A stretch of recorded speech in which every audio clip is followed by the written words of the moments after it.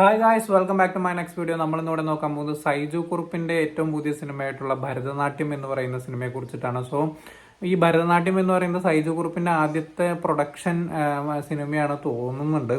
So എന്തായാലും ഈ ഒരു പടത്തിന്റെ ട്രെയിലർ കണ്ടപ്പോൾ തന്നെ സായ് കുമാറിന്റെ ഒരു കോമഡിയിലേക്കുള്ള ഒരു തിരിച്ചുവരവ് അത് വല്ലാതെ ആകർഷിച്ച ഒരു ഘടകമാണ് ഈ ഒരു സിനിമ കാണാൻ വേണ്ടിയിട്ട്.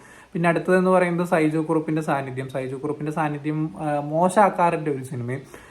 എനിക്ക് അത്യാവശ്യം ഇഷ്ടമുള്ളൊരു നടനാണ് സൈജു കുറുപ്പ്. അതിനെ അർത്ഥവത്താക്കുന്ന രീതിയിൽ ഈ ഒരു രണ്ട് പോയിന്റുകളും അത്യാവശ്യം നല്ല രീതിക്ക് വർക്കൗട്ട് ആയിട്ടുണ്ട് ഈ ഒരു സിനിമയ്ക്കകത്ത്. ഇനി സിനിമയിലേക്ക് വരുന്ന സമയത്ത് ഡയറക്റ്റ് ചെയ്തിരിക്കുന്നത് കൃഷ്ണദാസ് മുരളി. അത്യാവശ്യം നല്ല വെടിപ്പായിട്ട് തന്നെ ചെയ്തിട്ടുണ്ട്.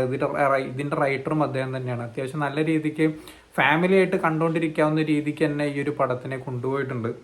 അതുപോലെ തന്നെ മ്യൂസീഷ്യൻ സാമുവൽ അബി കൊള്ളാം, തരക്കേടില്ലാണ്ട് നൈസായിട്ട്. ഇതിനു മുന്നേ കണ്ട പടങ്ങളിലൊക്കെ ഉള്ള പോലെ ഒച്ചപ്പാട് ബഹളം അങ്ങനത്തെ പരിപാടിയൊന്നുമല്ല.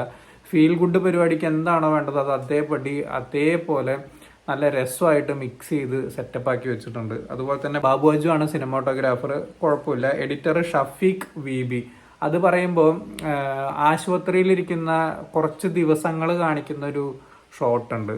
അത് ഒരാളുടെ ആശുപത്രി ജീവിതം എന്ന് പറയുന്നത് ഒരേപോലെ ആയിരിക്കും എന്ന് കാണിക്കാൻ വേണ്ടിയിട്ട് കുറച്ച് കട്ട്സ് എടുത്തിട്ട് പൊട്ടയെന്ന് പറഞ്ഞിട്ട് വിടുന്നൊരു സാധനം. അത് നല്ല രസമായിട്ട് എനിക്ക് തോന്നി. കാസ്റ്റിന്റെ കാര്യത്തിലേക്ക് വരുമ്പോൾ നേരത്തെ പറഞ്ഞു സൈജു കുറുപ്പ് കിഡ്ഡലിനായിട്ട് ചെയ്തിട്ടുണ്ട്. ആസ് യൂഷ്വൽ അദ്ദേഹത്തിന്റെ പ്രാരാബ്ദം പരിപാടി കാര്യങ്ങളൊക്കെ തന്നെയാണ് പിടിച്ചതെന്നുണ്ടെങ്കിലും ഒരു സാധാരണ നാട്ടുമ്പുറത്ത് നടക്കുന്ന ഒരു കാര്യത്തിനെ ഭംഗിയായിട്ട് അവതരിപ്പിച്ചിട്ടുണ്ട് ആ ഒരു ക്യാരക്ടർ.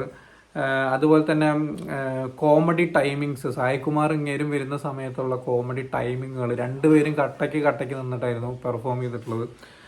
അതുപോലെ ശ്രുതി സുരേഷ് ഉണ്ട്, കുഴപ്പമില്ലാണ്ട് ചെയ്തിട്ടുണ്ട്. അഭിരാം രാധാകൃഷ്ണൻ അടുത്തൊരു മേജർ റോള് ചെയ്തിട്ടുള്ളത് ഒരു കുത്തിത്തിരിപ്പ് റോളാണ്. നല്ല രസമായിട്ട് അദ്ദേഹം അത് ചെയ്തു വെച്ചിട്ടുണ്ട്. ആളും അത്യാവശ്യം നല്ല രീതിയിൽ കാലിബർ ഉള്ള ഒരു നടനായിട്ടാണ് എനിക്ക് പേഴ്സണലി തോന്നിയിട്ടുള്ളത്. ഈ ഒരു സിനിമയ്ക്കകത്ത് നല്ല രീതിയിൽ ചെയ്തിട്ടുണ്ട്. അതുപോലെ സോഹൻ സീനോളുണ്ട്. കലാരഞ്ജിനി കുറേ നാൾക്ക് ശേഷമാണ് ഞാൻ സിനിമയിൽ കാണുന്നത്. ഈ ഒരു റോള് ഗംഭീരമായിട്ട്, അതായത് സൗണ്ടിനൊക്കെ ഒരു പ്രത്യേക മോഡുലേഷൻ കൊടുത്തിട്ടാണ് ഈ ഒരു സിനിമയ്ക്കകത്ത്. അടഞ്ഞ ശബ്ദമാണ് ഇതിനകത്ത്. അതൊക്കെ നല്ല രസമായിട്ട് വന്നിട്ടുണ്ട്. ആ ഒരു ക്യാരക്ടറിന്റെ ഡെപ്ത് ലാസ്റ്റ് ഭാഗത്തേക്ക് എത്തുന്ന സമയത്ത് നല്ല രീതിയിൽ വർക്കായി. എന്നെ സംബന്ധിച്ച് പ്രഡിക്റ്റബിൾ ആണ്. ഈ ഒരു സിനിമയ്ക്കൊക്കെ പ്രഡിക്റ്റബിൾ ആണ് അല്ല എന്നും പറയേണ്ട ആവശ്യമൊന്നുമില്ല. ഒരു ഫാമിലി ഡ്രാമ മൂവിയാണ്. നിങ്ങൾക്ക് തുടങ്ങുമ്പോൾ തന്നെ എങ്ങനെയാണ് അവസാനിക്കുക എന്നുള്ളതൊക്കെ മിക്കവാറും ആൾക്കാർക്ക് മനസ്സിലാവും. സോ ആ ഒരു ലാസ്റ്റിലേക്കൊക്കെ എത്തുന്ന സമയത്ത് ഈ ഒരു ക്യാരക്ടറിന്റെ ഡെപ്ത് അടിപൊളിയായിട്ട് നമുക്ക് മനസ്സിലാവും. അതുപോലെ തന്നെ വേറൊരു അമ്മ ക്യാരക്ടറായിട്ട് വരുന്ന ഒരു ലീഡ് റോളുണ്ട്, അവരും നന്നായിട്ട് ചെയ്തിട്ടുണ്ട്. അതുപോലെ തന്നെ 24 വയസ്സുകാരനായിട്ട് വരുന്ന ഒരു പയ്യനുണ്ട്. അതിൽ വേറൊരു സംഭവം കൂടി അവർ ആഡ് ചെയ്തിട്ടുണ്ട്. അത് നിങ്ങൾക്ക് സിനിമ കാണുമ്പോൾ മനസ്സിലാവും.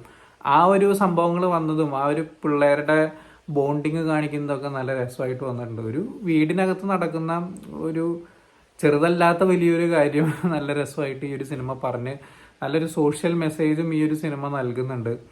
ഇങ്ങനെയൊക്കെ സംസാരിക്കുന്നവരുടെ അടുത്ത് 4 അങ്ങട് തിരിച്ച് മറുപടി പറഞ്ഞാൽ പിന്നെ അവരൊന്നും മിണ്ടില്ല എന്നുള്ള രീതിക്ക് ക്ലൈമാക്സ് അത് തന്നെയാണ്.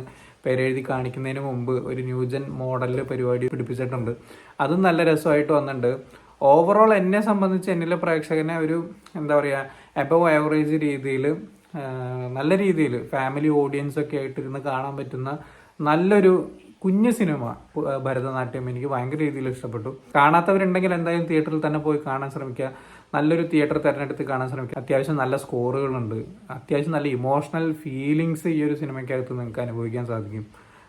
ഇത്തരത്തിൽ ഇഷ്ടമുള്ള ഫീൽ ഗുഡ് സിനിമകൾ ഇഷ്ടമുള്ള, എസ്പെഷ്യലി സായ്കുമാറിന്റെ കോമഡികളൊക്കെ ഇഷ്ടമുള്ള ആൾക്കാരാണെന്നുണ്ടെങ്കിൽ നിങ്ങൾ ധൈര്യമായിട്ട് പോയി സിനിമ കാണാൻ ശ്രമിക്കുക. കണ്ടിട്ടുള്ളവരാണെങ്കിൽ എന്താണ് നിങ്ങളുടെ അഭിപ്രായം എന്നുള്ളത് താഴെ കമന്റ് ബോക്സിൽ രേഖപ്പെടുത്തുക. സോ വീഡിയോ ഇഷ്ടപ്പെട്ടെന്നായിരുന്നു. ഇഷ്ടപ്പെട്ട ലൈക്ക് ചെയ്യുക, ഷെയർ ചെയ്യുക, കമന്റ് ചെയ്യുക, ചാനൽ സബ്സ്ക്രൈബ് ചെയ്യുന്നതിന് മറക്കാതിരിക്കുക. See you in the next video guys.